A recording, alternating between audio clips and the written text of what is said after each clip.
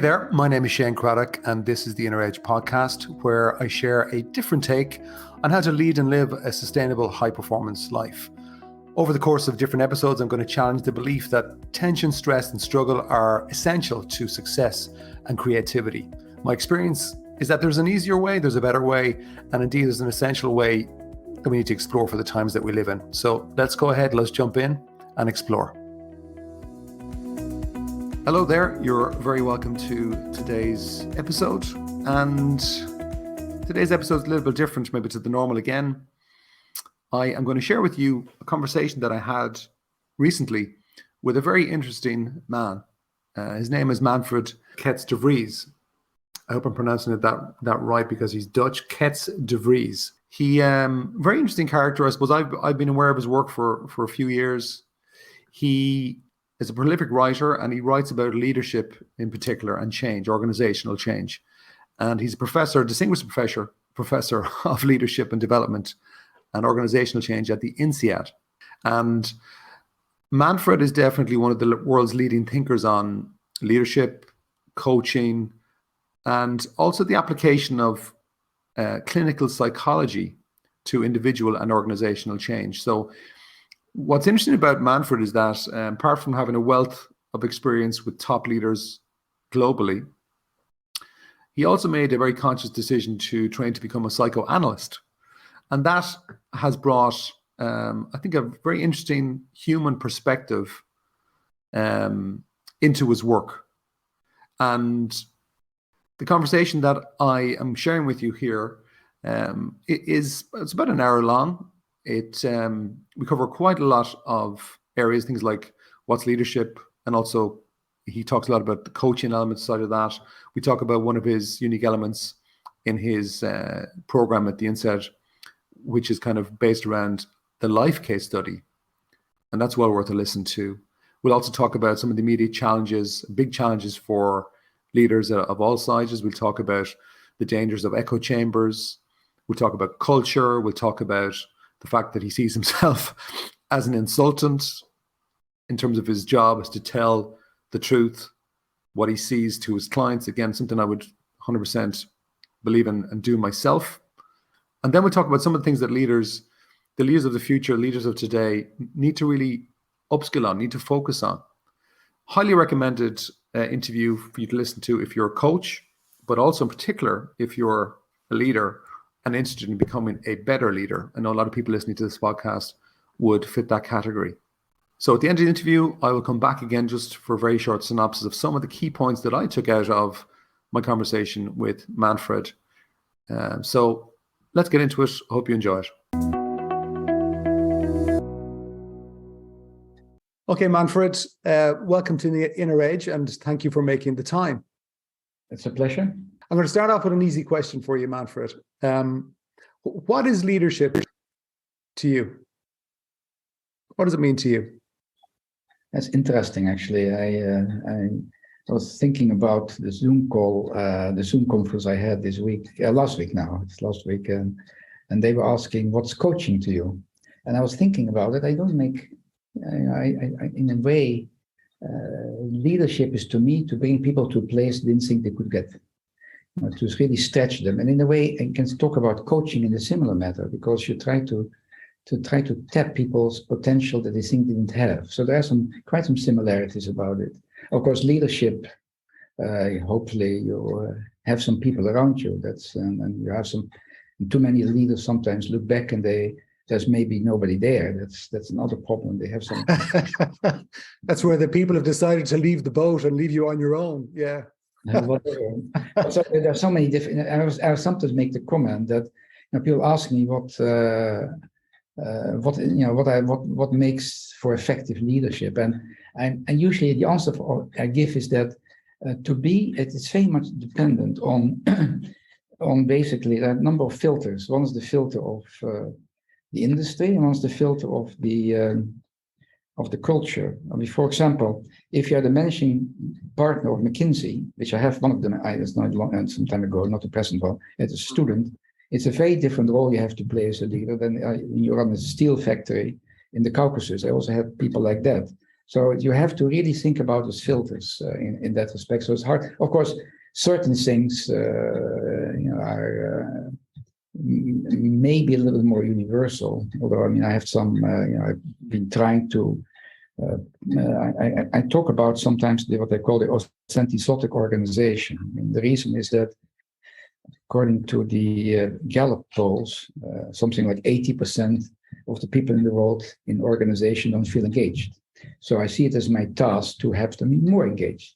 And so that means partially to give people voice and to have tapped their brain. And that's, and depending on, so given, I try, of course, utopia, try to help people create organizations where they feel alive. And I've been trying to do it in different ways. One is that I run a program at INSEAD. That's the longest running program by one teacher, more than 30 years now. And I do it because I don't know what's going to happen. Not like an MBA program. I used to teach the core course in MBA, and I know exactly what's going to happen. So I basically, it's very much dependent on the people. It's the life case study, which is it's a paradox because I'm a product of the Harvard Business School, and I've written probably more than 100 case studies or more. I don't know how many, which I used to use. But here, the case studies are in class, and it's quite exciting actually because as a person, by the way, I ask people before they accept me into my program, it's going to be around the life case study, and you're going to be the case study. How do you feel about that? And they look at me and said, no problem. So I know better. I know better. Right now, there's no problem. Yeah. No problem. But to stand in front of 23 people, and it's like making a documentary. And which scenes are you going to put in documentary? And which scenes are you rather embarrassed about? But it might be useful to put in documentary because you can learn something from it. Manfred, can I just ask you though? But there's a few questions that are popping up here on what you just said. But I'll go with one, which is around the life case study. So when the person is standing up in your program, how long are they? So they're sharing their life story from their perspective. Is that correct? And how long is that for? Then is it for 1 hour, 2 hours, or is it for as long as they want? No. I set boundaries, although I have had situations people couldn't stop. They had such a sense of narcissistic bliss, they kept on talking. But I'm very clear about, given that many of them run quite important organizations, I have to set boundaries about time. So, and usually they would have, the slot would be around 1 hour and 45 minutes. But I want them to speak for around 45 minutes, which because it gives an opportunity if they speech, nobody can talk, no interruptions. It's like a Rorschach test, free flow of thought. And then if there's some time left, if they haven't spoken too long, I give some time for questions, only questions of clarification, no interpretation, just clarification. Okay. And then people can free associate. However, of course, if it's an interesting comment, a story, even though the time is up, certain things happen in which people give some advice, etc. Although I don't start with, after people tell the story, given they're all problem solvers, many of them are problem solvers, they want to give some recommendations. I said, no, I don't want that. I just want you to talk about when you listen to the story, how did you feel? You get irritated, you're bored, you're looking out of the window, you get crazy fantasies, which really is, I talk about countertransference. My other hat is, apart from management professor, I'm also psychoanalyst. So I want to have some sense of their feelings. And then slowly, and then I do sometimes comes some strange, for example, I make a great effort in my class to have a gender balance. Now, everybody talks about, gender parity and things like that, but de facto, when you talk about senior programs at our school too, the number of women at the senior level, not at the MBA level, is fairly limited. Yeah. But I really make an effort because I write to, in the first place, the program I run is rather small. That program is rather small. But I write people who have been, women who have been in the program, if they have an interesting female candidate. So I try to have actually, which is the only program of that senior level, which is almost 50-50. And which makes for a different kind of culture in the organization. So I asked funny questions. I said, so when you said, so how would it be to work for this person? It's fine. But they can say, I don't want to work for him. There's not that kind of person. I said, how would we marry to him? And sometimes to get the homophobia, I'd ask it from two men to really get that. It would also be interesting. Very good. But I always try to say in the end, as a friend, what kind of things can you tell this person? What would be helpful to him or her? But then it's an interesting issue, since it's quite a laboratory. So they have lunch together, breakfast together, dinner together. They might walk in the woods together. So the problem and what happens, of course, is that the mirror neurons in the brain, so it's self-centered. So when you tell a story, they start to discover they're so involved in their own story, comparing that story, that every story resonates with them. And so there's also the element of the altruistic motive and saying to themselves, my God, I had the same problem at the time. At the time that problem, I did this. So people get a lot of feedback. It's an interesting issue. Okay. And some people, of course, depending on the culture, certain cultures have a very hard time to talk about themselves. Particularly, I think about countries like the Middle East. Malaysia would be also a good example. Yeah. And so a longer period of marination. That's the reason marination is maybe the best word. So that's the reason the program is so long. It's 4 weeks, not over a year. So it's a fairly intensive program, and it's quite a commitment. And also the application form is a nightmare. I designed it. It's a nightmare. So lots of difficult questions. Well, let me ask you though. I mean, you were, self-exploration obviously is very important as part of your work. But what from doing something like that, what are the benefits? Now, one thing, remember that statement which is attributed to Einstein, about doing the same. It's not actually, it was not Einstein, somebody else, doing the same thing and hoping for different results. That's right. The definition of insanity. Yeah. Exactly. And that's unfortunately what very often happens. You keep on kicking this horse and hope that the horse is going to get up. And so now my fantasy is, it's not always true, that there will be a reflective moment. Also, the program, it's very hard in this program to be Teflon.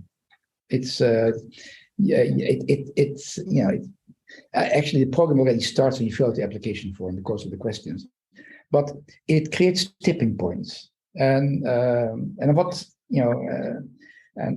you look at the life, I wrote a little book. I wrote a book on the CEO Whisper, which actually I got as a result. And as a result, I got this interview with the Financial Times, this lunch, which was I must say that he was a very good interviewer. But normally I can steer it a little bit. But this is a man with a mission. His own work. Of course, it didn't help that we were virtual. I was sitting and I started off with foie gras, which is duck. Yeah, the lunch with the FT, wasn't that it? Yeah. Political incorrect, of course, but you live in France, so to have. But while I was waiting for my brilliant but slow editor, I hope she listens to this because I'm trying to push this my next book. She's been sitting on it. But my brilliant but slow editor, she's a lovely person. What's the next book called? Actually, one book came out which is recently, which I started to forget. I wrote 8 books during the pandemic. Wow. Right, not so. Wow. The next book is called Life at the Crossroads, Dialogues with the Kabouter.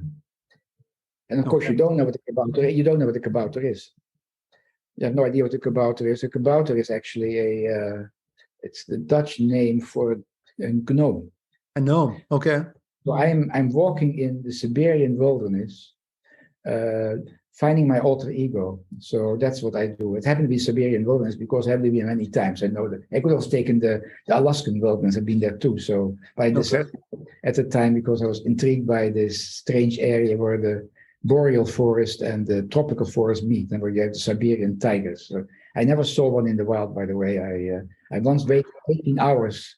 So you're telling me your alter ego is a gnome? Is that what you're telling me? A Siberian gnome? A Siberian gnome, but it's in the gnome, the Dutch gnome, because the normal gnomes are not so friendly. The Dutch gnome is kind of friendly person. Oh, is he? Yeah. Okay. The special Dutch people. I like it. Let's jump back a second. When and why did you get into psychoanalysis? Now, why do people go to psychoanalysis? Because they're confused. Isn't that the usual thing? There are a lot of rationalization, but it usually, since we are so self-centered, we try to understand ourselves better. So that's probably one of the reasons. But I was studying actually. I'm a failed engineer. Okay. What kind? Actually, I tried twice. I failed.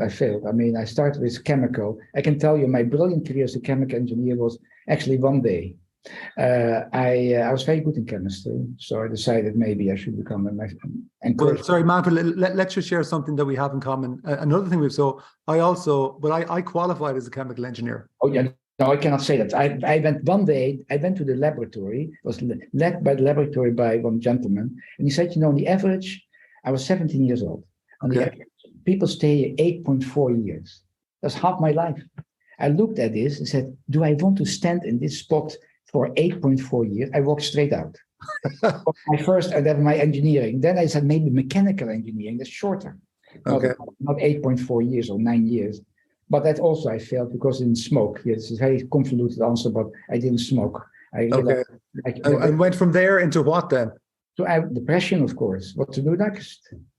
And so I made a negative choice, which is economics. And so that I finished. Okay. But I went actually, when I was 70 years old, also went to Harvard summer school, which is unusual at the time for Dutchmen. My father had an office in Boston. And so it was, somebody said, well, a good idea for him to do something different. And it was interesting to me because you went out of your bubble, of the national bubble, and I met lots of people from different countries, from Ethiopia to whatever. And I said to myself, I'd like to come back. And I think that stimulated me a little bit to go to the Harvard Business School. And when I arrived there was a program called the International Teachers Program. That was Harvard Business School attempt to preach to the world about the benefits of the case method. Okay. Benefit that is still doing that because that's the way their pedagogy works that way. And I had an advisor. I talked myself into the program. I don't know how I did it.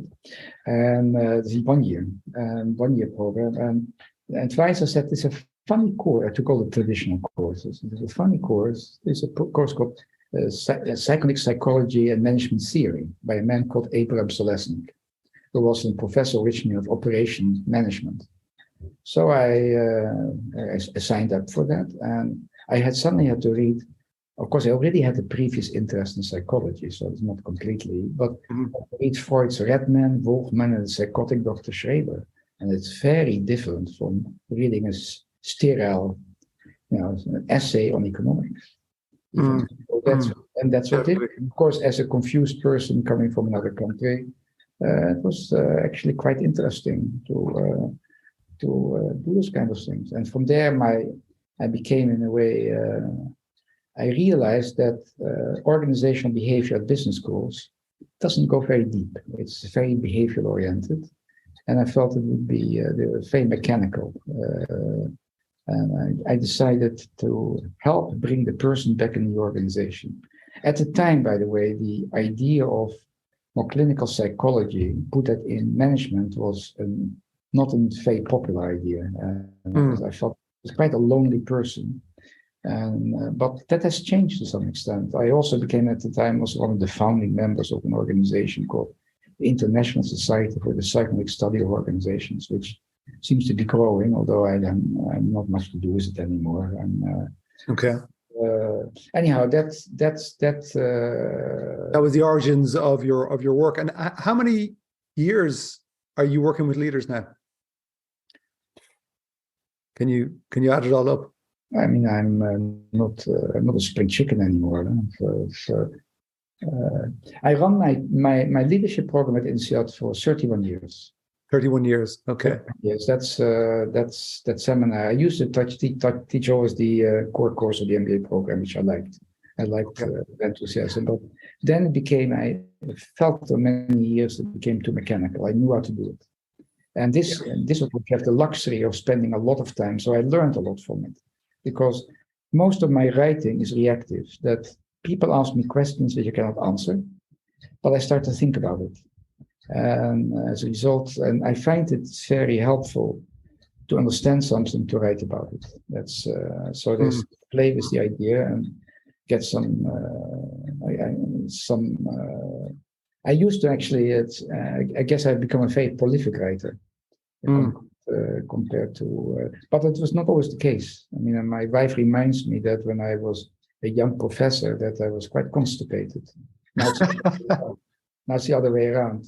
But there's my insecurity about the English language. Okay. Which I still have to some extent, although I think I'm a pretty good writer. People assure me. And actually, what I did was, in writing, academic writing, people hide very often behind management babble and psychobabble. Yeah. Yet I wrote for a while a column for a major Dutch newspaper. Okay. It forced me to really use simple language, so that a large group of people could understand. 100,000 of people could understand it. And that is, I find that still, so I see myself a little bit as a translator, taking rather complex concepts from psychology, developmental psychology, psychoanalytic psychology, evolutionary psychology, and neuroscience, and try to translate that into a more common language. Yeah, well, that makes sense, and I can see that. I mean, that comes across in your writing style. Let me ask you this: with you've decades of experience working with leaders, men and women, but are there any? What are the most common pitfalls in leadership? Would you see? The pitfalls, of course, there's a very natural one, which has to do with getting, starting to live in an echo chamber. That's what very often happens. But they start to believe their own press. The challenge for many leaders is to the great Greek word is not Latin. Greek word is hubris. Becoming pride, getting full of yourself, and that happens too quickly. I mean, when a person becomes the businessman of the year, I was really curious what's going to happen next. Yes, and when I sometimes visit an organization and look at all the pomp and circumstances, the private elevator, the private parking place, yes, private plane, I also get very worried. I wonder what's next. Yes, perks of the office, because and coming back to the question that people get quite intimidated. You come into one of those offices and see all this. It's very intimidating, and so people have a tendency to tell them what they want to hear. Yeah. And if they start to foam at the mouth when something comes out which they don't like, I mean, forget it. So how to create a culture where people have a healthy disrespect for the boss, and that's not easy. A healthy disrespect for the boss. Interesting. So would you see hubris as the biggest challenge for leaders today? That's always been a challenge. I mean, it's always been a challenge. I mean, basically, when you look at personality characteristic, you have to be somewhat narcissistic to get to the top. It's a question, but it's a question of degree. It's a question of disposition and position. So you have to be, and of course, it also depends on the culture. I mean, when you look again, coming to Sweden and look at now Finland, to see how the leaders behave there, and go to Moscow. I mean, it's different, quite different. Or in France, top executive is called a PDG, President Director General. I mean, what that means. So there's an element of autocracy there. So that's, you have to, but I guess I come back to the fact that I remember once talking to the CEO of an oil company. He said, how many people work for you? He said, 100,000. That's great. He said, but then he said to me, I pay only 100 people to think. And I told him it's quite stupid. In that respect, by the way, I tend to be much more of an insultant. Insultant. Yeah. I mean, I'm the fool. So okay. I always tell my students, please don't be a hungry consultant or a hungry coach, because then you don't really deliver your value anymore. But unfortunately, you can see it with all. I mean, I've worked with some very major consulting firms, and you see they have clients for life. So yes, that's dangerous. Yeah, it's dangerous. But go back to your point. You said to your client he had 100,000 work, but he says he only pays 100 people to think for him, and you said that was stupid. Why? Don't you want don't you want the?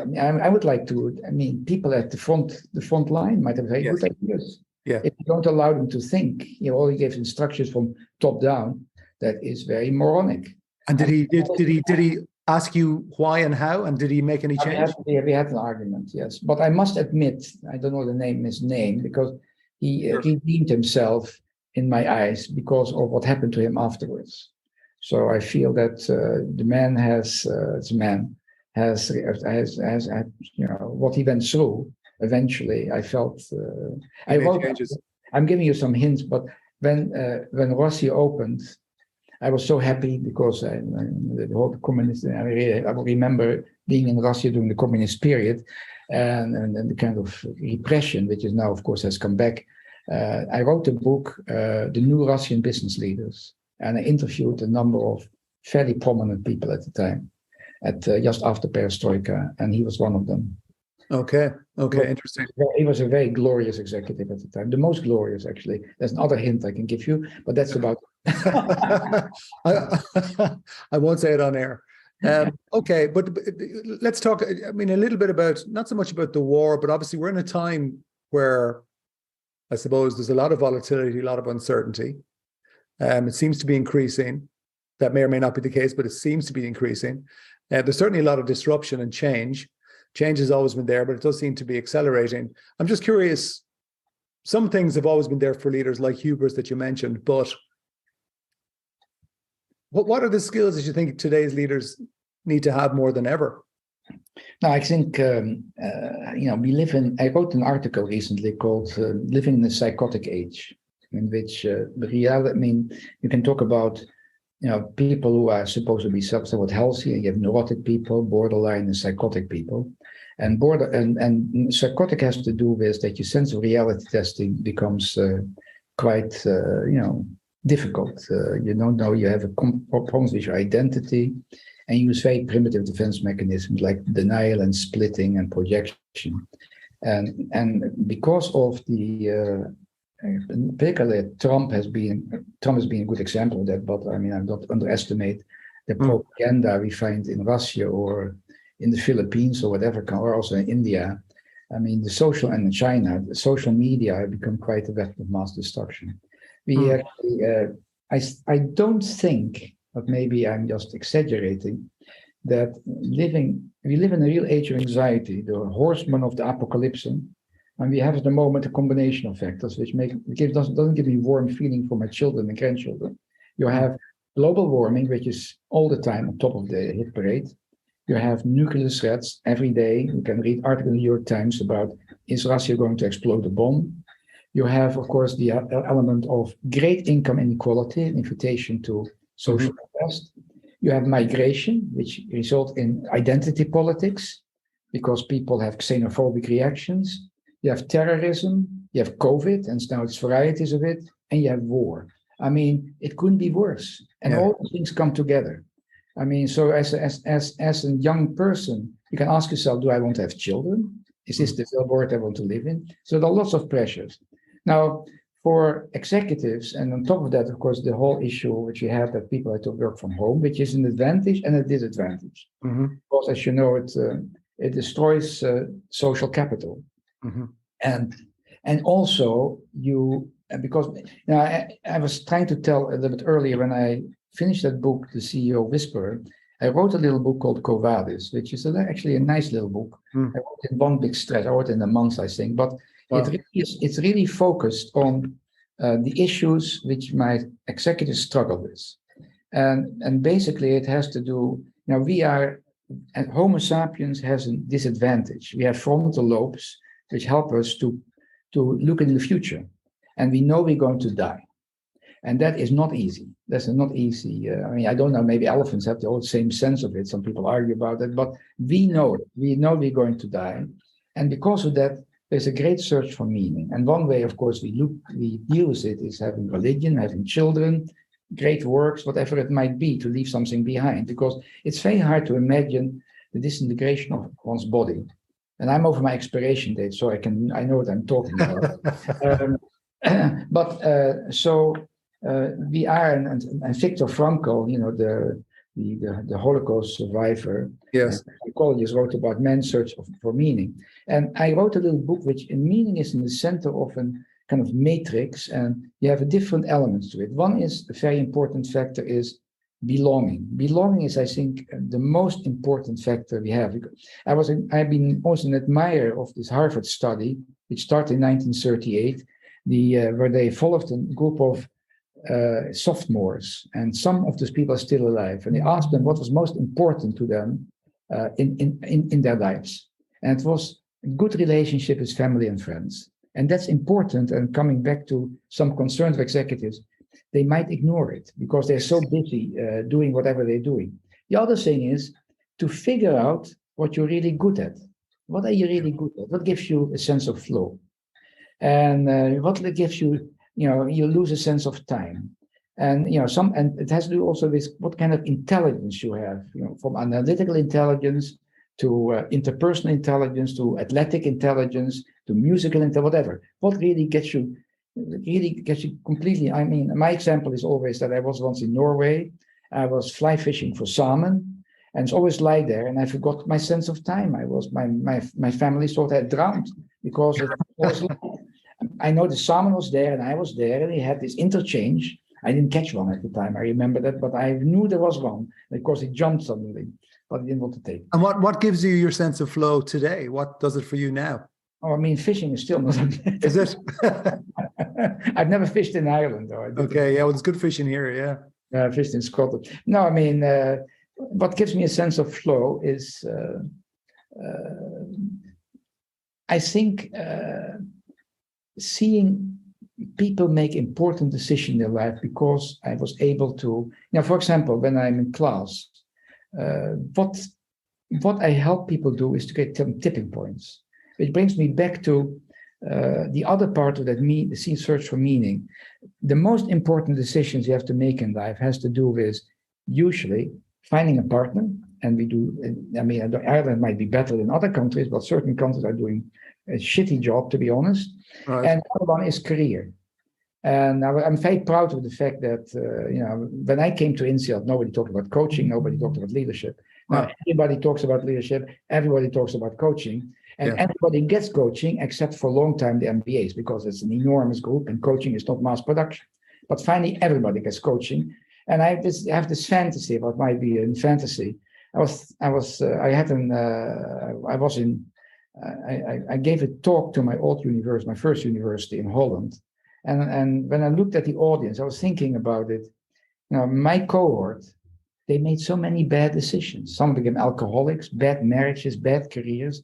And I always wondered, in fantasy, if you would have psychology 101, I mean, not rats or stats, but more clinical psychology, maybe they would have made some wiser decisions. So this element is another factor in the search for meaning, to really make somewhat wise. I wrote a little book, actually, which is called Leading Wisely, which is what came after the Quo Vadis book. I mean, I keep on writing books. And my publisher must be sick of me, because normally people write one book and they wait for 10, 15 or never. But I have, that is the production center. That's Well, I was guessing. I thought you were going to say one of your flow activities would be writing, because obviously you're so prolific.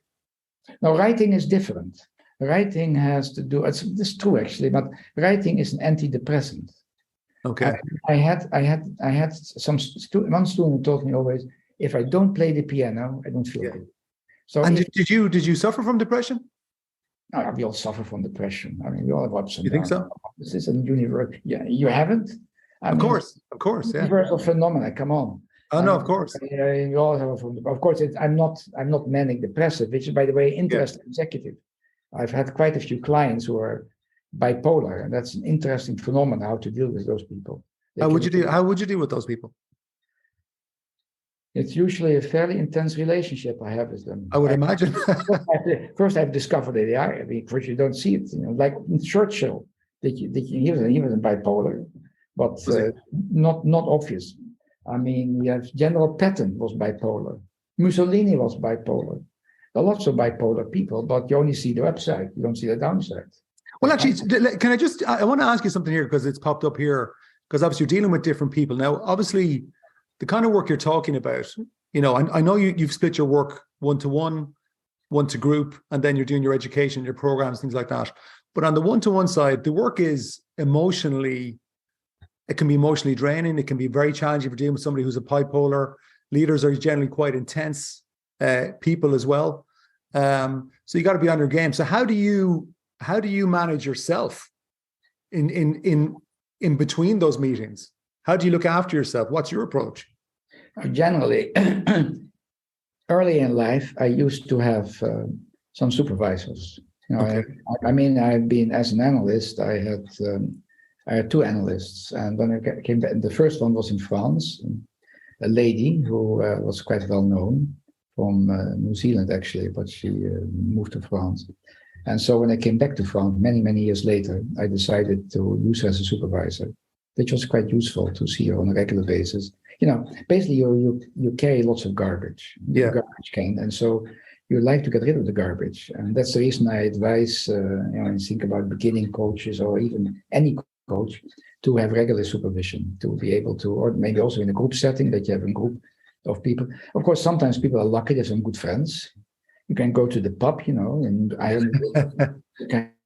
I used to go to the pub in Holland, but I don't have a found a pub here. I live in the center of Paris, but it's not the same as the pub I had in Holland, where you could find the mayor of the city and the swimming cheaper. And that you probably have more in Ireland. Well, maybe, but I'm not sure. I'm not sure even in Ireland. I'm not sure they're going to tell you the truth, and that's what you need to hear. If you keep on asking questions, you get kind of. I ask the craziest questions I can get away with it. I mean, some people they're so delicate about dealing with their client, but I'm ruthless in that respect. Maybe I'm too Dutch in that respect. But of course, if you have good friends, if you have a good partner, that helps. Yes. And then, of course, now at this stage in my life, I must admit, the one I use as is my wife. Actually, my wife is also she's a coach.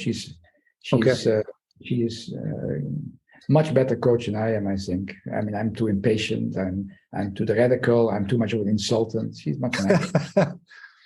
She sounds quite nice. Maybe I could talk to her at some point. So I know I know you said she's Swedish, so she's different nationality. Interesting. You said, I mean, obviously you're talking about garbage, and obviously we all can carry around garbage, some to more degree. So you're helping your clients throw out the garbage. Now, one of the things you said a few minutes ago, I think I just want to come back to it. You said you have to be narcissistic to some level to succeed. So are you, in a way, do you see yourself as help people manage that narcissism, or are you helping them to remove it? I try. And in that respect, now I have many clients who come to me and said, I have no life.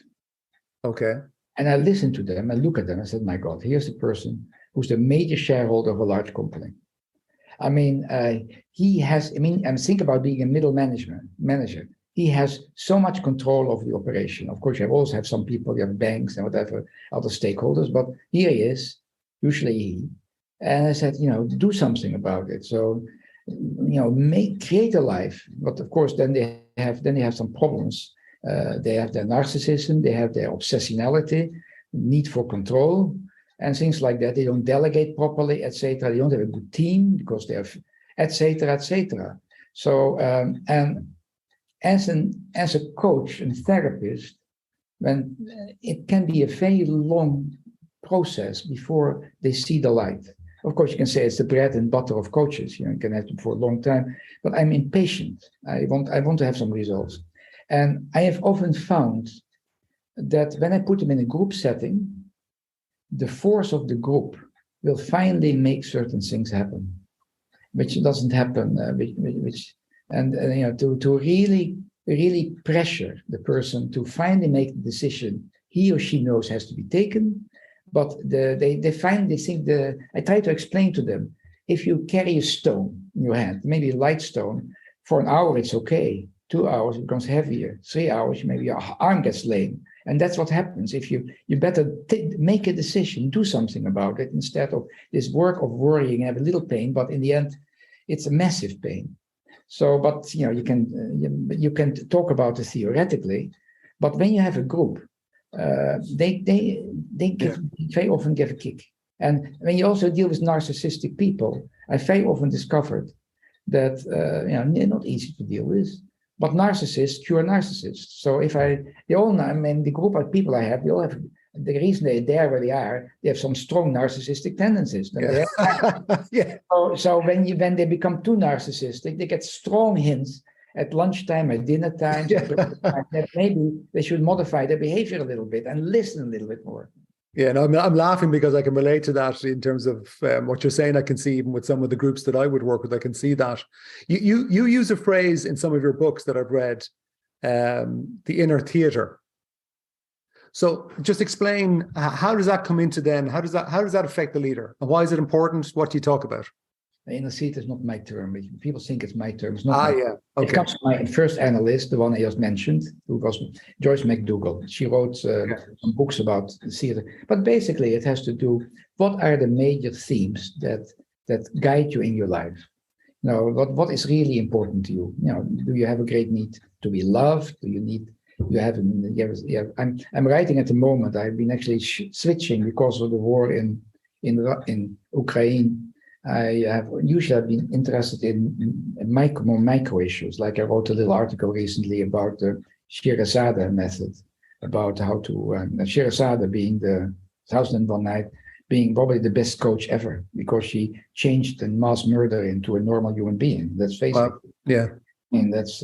But I'm more interested in more mega trends, and one has to do, for example.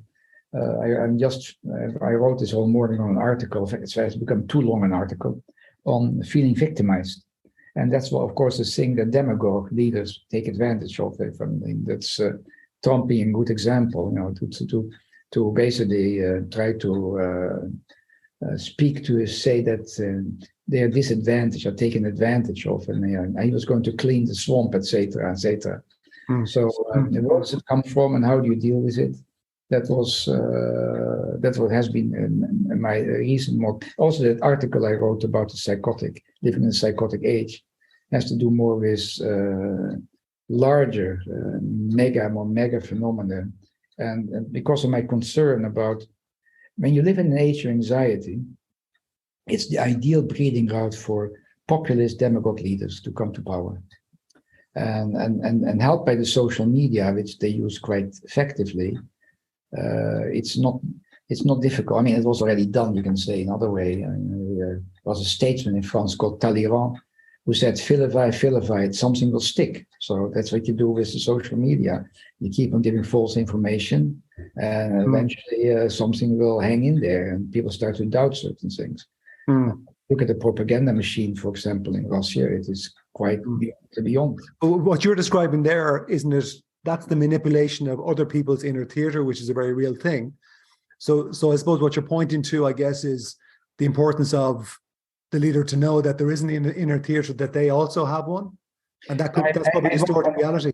I want them to be aware. What are some of the things which make them the way they are? What are some of the things that drives them? Actually, I at one point in time, when I was the director of the Global Leadership Center, INSEAD, I went into psychometrics to help my coaches, and had developed a number of instruments. One a leadership instrument, a team instrument, and one is inner theater instrument. So what are the major drivers you have? And are they still functional? That's another thing. I mean, certain things what might be an adaptive process when you're 15 years old might not be very adaptive when you're now in your 30s.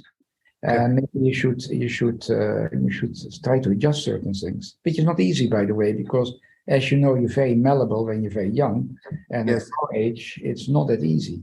But it's possible. You know, it's possible to start to change. That's the reason the programs I run are so long, because people need some time to work certain things through and experiment with new behavior and see if that, you know, the pleasure pain equation, if that works out for them. What are some of the drivers that your psychometric testing were measuring? What are some of the drivers that you were looking for? I was already saying the need to be loved, the need to get even, the need to be helpful, the need whatever, all this kind of. For example, when you think about coaching, coaches should be aware that they can be over helpful. Yes. But that's this kind of. They should be able to set boundaries, and they should not create. I see it all the time when you see, and that's one of the things that everybody in the kitchen sink has become a coach. Yeah. But do they have a good sense of their own inner theater? Why they do what they do? Why they it's now and that's it's quite important that their neurosis should not be projected on the clients. They should really become aware to have this. You know, basically, what I try to do in my work is to create some reflective leaders. That's what you're coming back to the Einstein. comment that they don't fall into, when people come to me, for example, and say, I want to become a charismatic transformational leader, I laugh.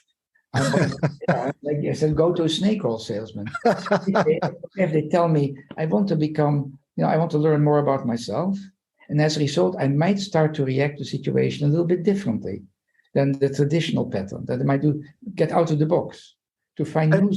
But if you're dealing with somebody, say, I don't know, you mentioned a client there, that we won't mention any names, who was leading 100,000 people. They're busy. These CEOs, they're tight on time.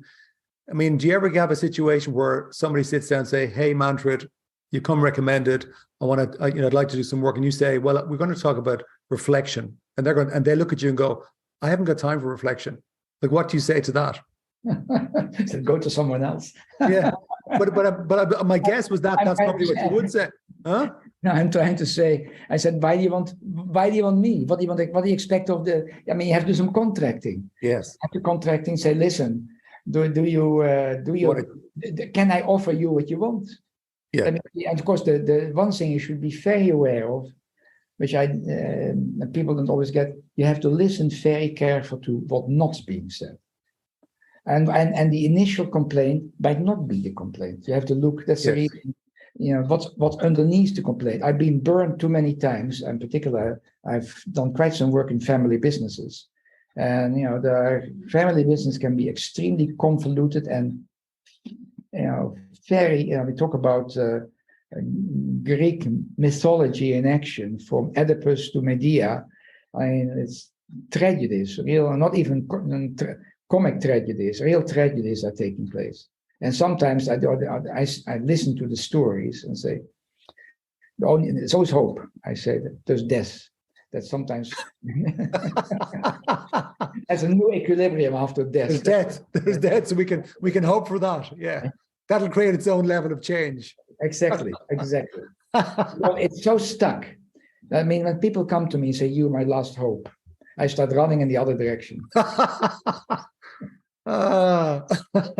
have to use some humor about it. I mean, you have to laugh at some of the things.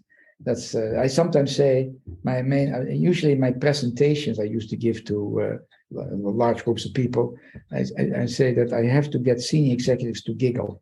When they giggle, I can shove something in, some bad news about. Yeah, absolutely. So you just go, boom, get it in between their eyes. I like it.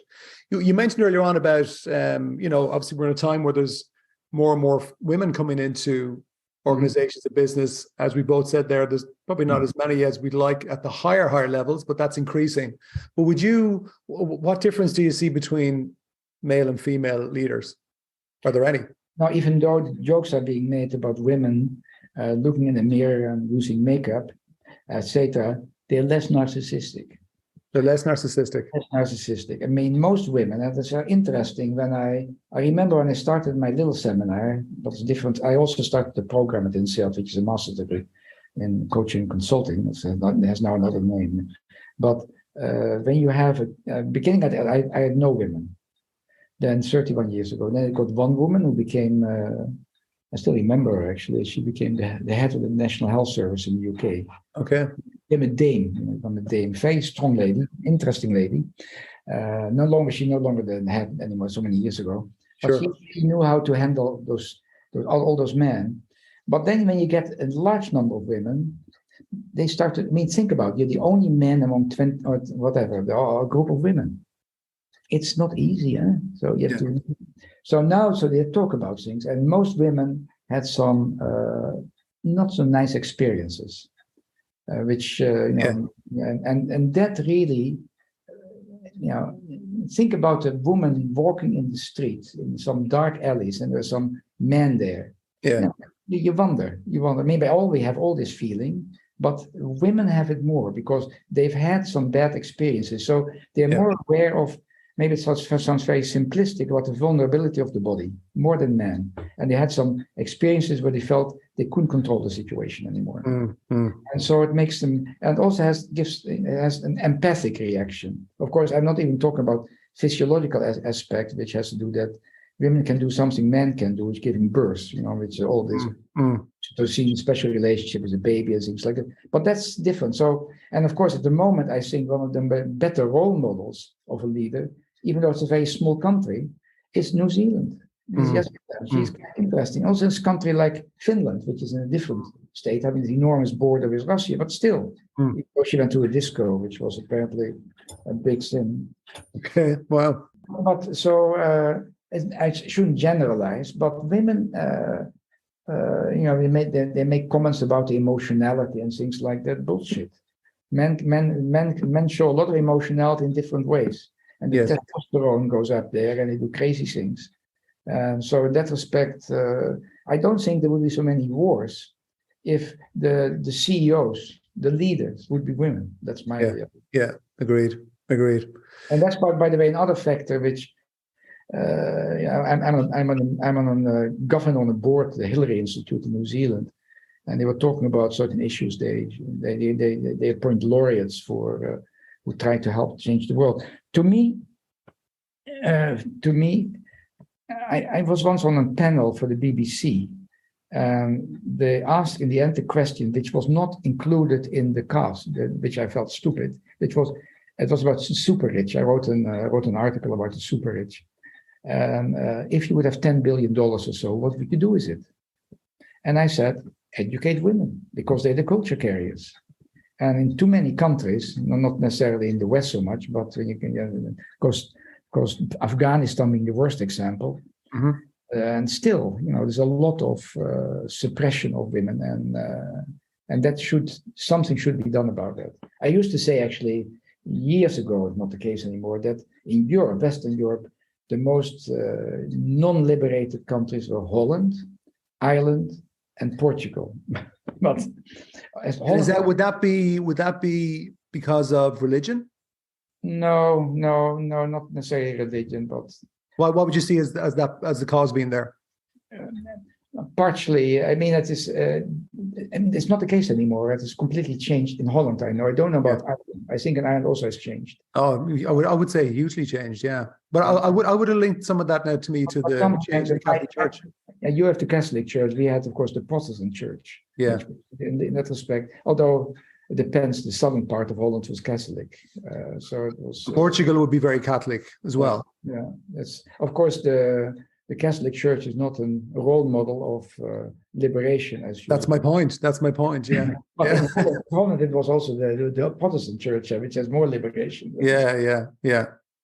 Okay, well, that's interesting. What I'm wondering is, again, it's just a couple of notes based on stuff you said earlier on, and you said a client said to you, look, I'm successful, but I just don't have a life. That's something that I hear as well.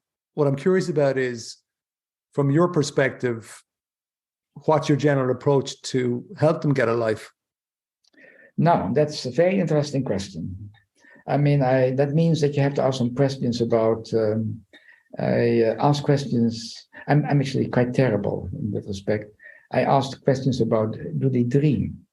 Do they dream? Yeah, do they dream? Do they remember that? Of course they dream. There are 47 dreams every night, but it's funny in my seminar, I asked the first days, and do you have any dreams? No. I guess I dream, but I don't remember. On the third day, everybody dreams. Most people dream. Lots. It's like you all flood out. Make an effort. And so I ask if you dream, and so what are the dreams? What are some of the themes in the dreams? And that brings me to give you a broader perspective, because they don't ask just about your organization. Of course, you obviously have no life. It would be hire some good people, delegate, and lie on the beach, and sometimes look at some financial figures, of the company. That would be the answer. But of course, they cannot do that because they have this great need. The whole thing would collapse if they lie on the beach. They're sure about it, although they might be surprised when they lie on the beach that things work very well. Then they also ask about their personal life. Of course, they have no life because the wife has quit. The man, the wife has quit a long time ago, and the children hate them because of their behavior. So so I ask also about, apart from dreaming habits, also do they sleep? I ask questions about the issue of, and it's important actually, self-care and self-compassion. Self-care, self-compassion. Okay. So those are important factors. So you start to ask some questions. How do they care of themselves? Do they do, I have this simple matrix, which has to do with like, don't like, important, not important. I have 2x2 matrix. I don't want to make it too complex. Yeah, I like simple too. Very simple. So don't like, not important. What are you doing there? Okay. Don't like and important, give it to somebody else. You will Very never good. change it. And then, of course, when you spend your time on is like and important, that's contributing to the company. And you should also like and not important. Go fishing, go hunting, go golfing, go whatever you do. It's a way of you relaxing your brain, and you get good ideas. Just sit behind your desk all the time. I mean, I very often make the comment that I have written a lot of things, but of course, I have to write it down eventually, but the ideas didn't come sitting here. I walked in the woods, lying in the bathtub, whatever. Yeah. That's so I suddenly get an idea. Creating space for the idea. Your brain is working. The only time your brain doesn't work is when you're dead. Even when you sleep, your brain is working. And I'm sure you say the same to your clients as well, then, about helping them get ideas too. Yeah. Exactly. So really what I'm asking about is, I ask a question about the stress level. Yeah. And what causes them stress? What gives them energy? It's important, what is their energy barometer like? And what drains them of energy? How to stay away from toxic people. Of course, sometimes they might be your family members. That's not a problem. If that can be very toxic. And of course, in the end, when you think about my seminar, at the beginning they talk about the organization. At the end, they talk about their children, their spouses. That's really where the action is. Have you ever had a situation, Manfred, where you talk with a client one-to-one like that and talk about their dreams, you ask all the questions that you just went through there, and over time they decide to leave the organization or sell the organization? Has that ever happened? Oh yes. Also, they quit their wives or husbands. Really? Yeah. That too. It's parallel lives. I mean, it's nice, but I have only one life. I don't believe in reincarnation. Yes, I don't want to waste it. Yeah. Interesting. Those are, by the way, the personal one are the big tipping points. Say that again? The personal ones, like you realize that what might be good at 20 may not be good at 40, as far as relationships are concerned, are the big tipping points. Okay. And that happens, what sometimes keep a relationship together are children, but when the children are out of the house, it sounds very trite, the empty nest syndrome, they sometimes look at each other and say, we used to pick up the children from school, who is going to take care of dinner, etc. Now there's no reason anymore. Why bother? Actually, I wrote a long article because I had so many problems in the relationship about the triumph of hope over experience, in which I give a number of pointers as a marriage counselor. It's ridiculous. I mean, that's not my role. But it became my role because it was an issue which came up and up and up again. I had once a class where 1/3 of the people discovered they had no real relationship. And what was your key point in the triumph of hope over experience? What was the point you were trying to make? No, I think an important factor, but sometimes I ask people, why did you marry your wife? Yeah. They look at me and they have no answer. Now, there's 3 elements, of course, in a relationship. One is sexual passion. That's important. I mean, that's an important factor. Of course, that goes up and down depending on the situation and the length and also whatever other factors. The second one is that you care, a certain amount of care. The third one is intimacy. You can talk about very personal things. And those things fluctuate. So I think because what I also see is that people divorce and then they just marry a younger version of the same woman. Yeah. There we go again. Yeah. And so you have seen that also. There we go again. So maybe it gives them temporary high, but then the same model. In the meantime, there are lots of messes behind them in the form of children who are getting very angry about all the situation. So selection is quite important. I think an important factor is probably that you should ask yourself, apart from the temporary psychotic state, which is falling in love, Yeah. that can this person be a good friend of mine in the long run? A Yeah. simple question like that. Nice question. Staying on hope, you know, you've that phrase in business, you hear hope is not a strategy, right?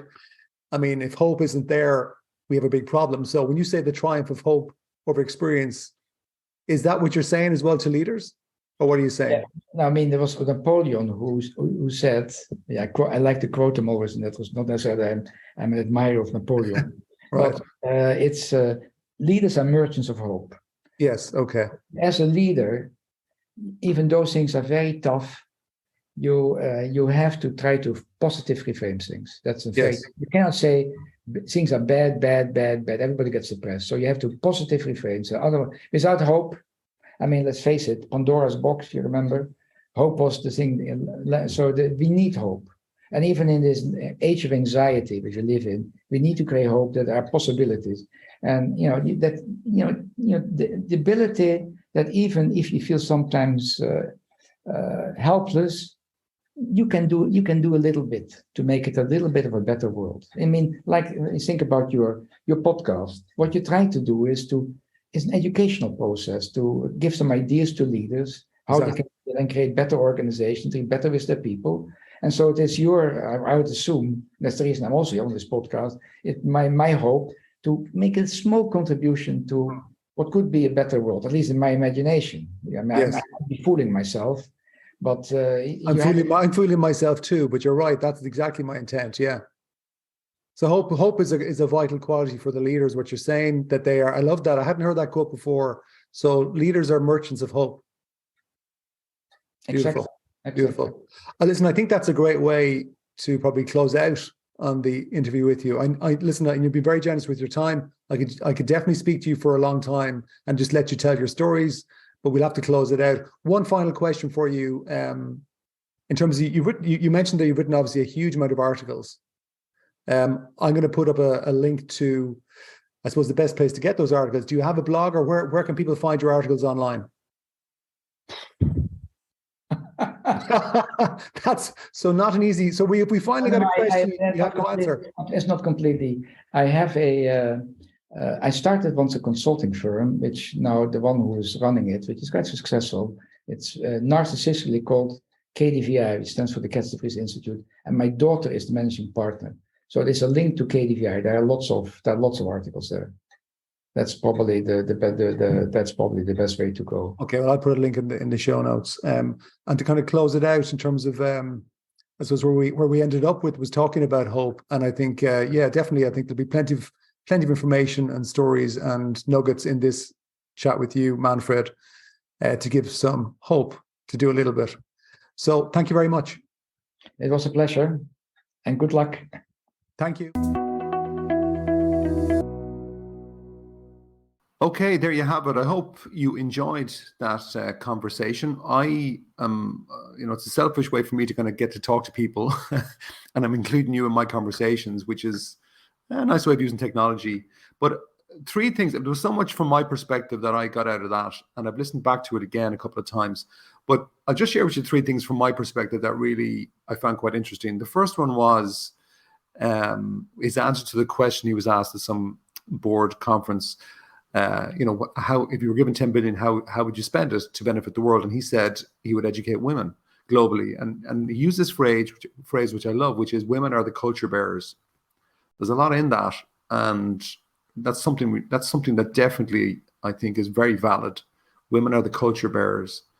So that was the first thing that I'm going to share with you. The second thing is I just loved his comments about culture in general and the fact that he's an insultant to the leaders. Brilliant. I've learned that myself over time. It took me a while to get there. And certainly when I'm talking to, if I occasionally mentor coaches or consultants who are new to the industry, and definitely what you're trying to get them to do is to tell it as it is. That's what you're there for. But it's amazing how many people don't. But I love the phrase that he used. He said, create a culture where there's a healthy disrespect for the boss. Brilliant. So if you're the boss listening to this, do you have that kind of culture around you? How do you know? Do you allow people to challenge you? Do you allow people to disagree with you, give a different opinion? Or are you somebody who just wants to have your own echo chamber. That's a biggie. It is a biggie.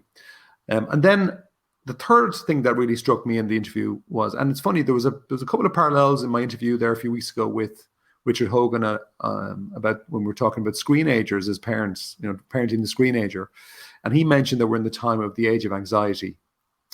And Manfred said the exact same thing. He also had it in the age of, I think, psychosis, but he said the age of anxiety. And so he said, he used Napoleon's quote, "Leaders are merchants of hope." What a great quote. But it's true. As a leader, and that could be in any context, not just in terms of business or a profit-run organization or family or community. If you're a leader, you are a merchant of hope. It's too easy in today's world for everyone to be affected by the news that is just relentlessly thrown at us 24/7, and sometimes even extinguish people with so much negativity very often coming our way. So life is full of problems, life is full of punches and kicks. As a leader, I think it's a great way to close it out, we are the merchants of hope. So I guess that's why I'm always saying to my clients, look, we have to work on our own state, our own mood. When your state is up, your hope factor tends to be higher. And then it's easier to be a merchant of hope. Powerful, powerful stuff. Please do check out the show notes. I am going to put a link to Manfred's organization website and a couple of other things there if you're interested in checking out more information and more about his work. That's it for this week. Ciao.